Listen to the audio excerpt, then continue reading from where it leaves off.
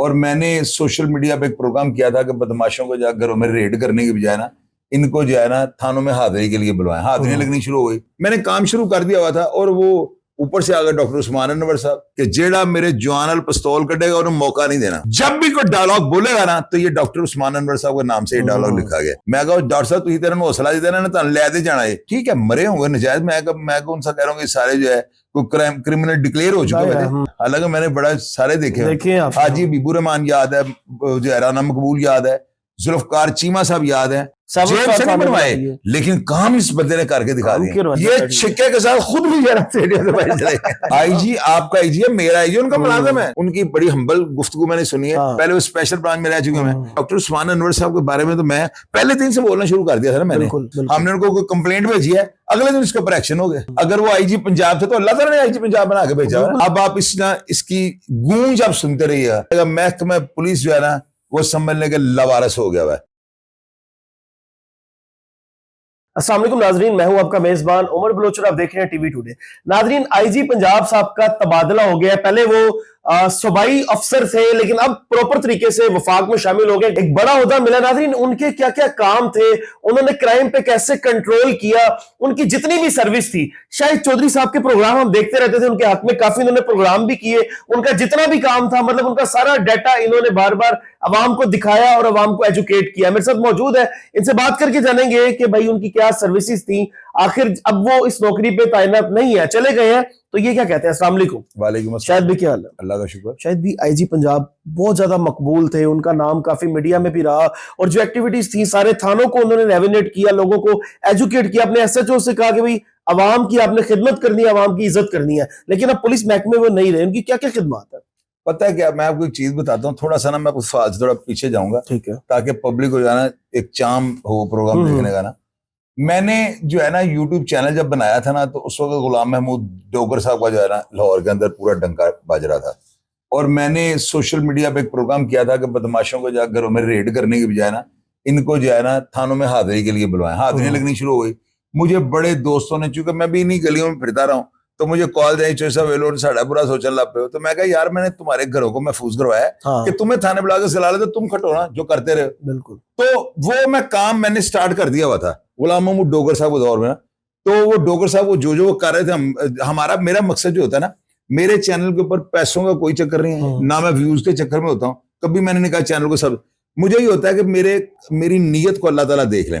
मैंने काम शुरू कर दिया हुआ था और वो ऊपर से आ गए डॉक्टर उस्मान अनवर साहब, ये आए हैं। तो इन्होंने असल में पता क्या होता है, कुन्नद हम जिन से परवाज, कबूतर बाज बाज।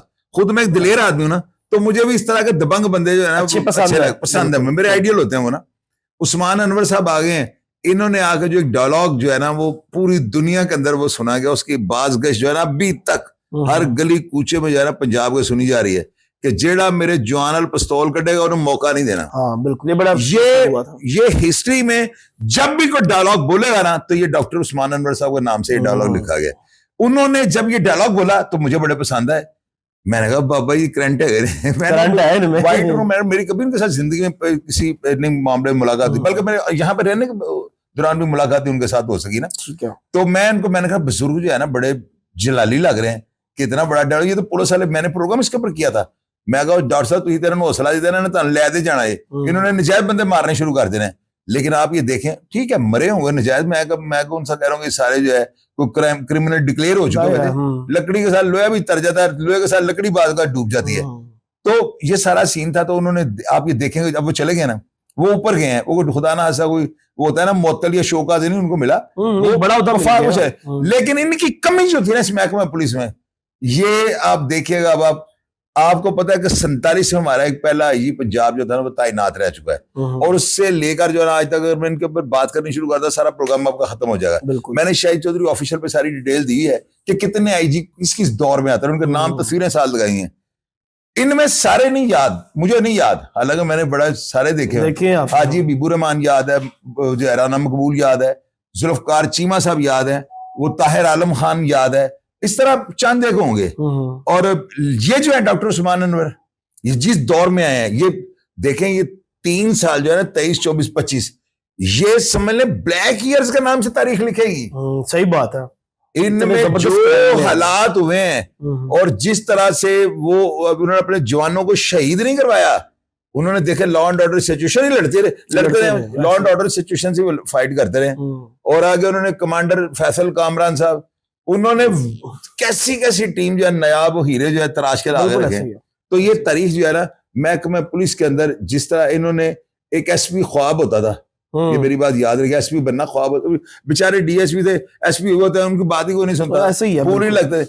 जिस तरह इनके दौर में प्रमोशन हुई है, जिस तरह पुलिस वालों को सीनियरिटी मिली है, पुलिस वालों को जो है यानी शोहदा के लिए इन्होंने काम किया है, इन्होंने पुलिस वालों के बच्चों के लिए उनकी तालीम, एजुकेशन, मेडिसिन, थाने देख ले, लगता था कुछ जंगल में आ गया, थाने उन्होंने जेल से नहीं बनवाए, लेकिन काम इस बंदे ने करके दिखा दिया। ना तो ये ना एक चीज आपको यहाँ पे मिसाल में देता हूँ, छोटे होते हुए ना मैं कैंचे खेलता था, तो मैं खुद ही बनाकर ना बड़ी कैंचे डालने के लिए बनाता था, तो जब मैं खेल लेता मैं उसको तोड़ देता था।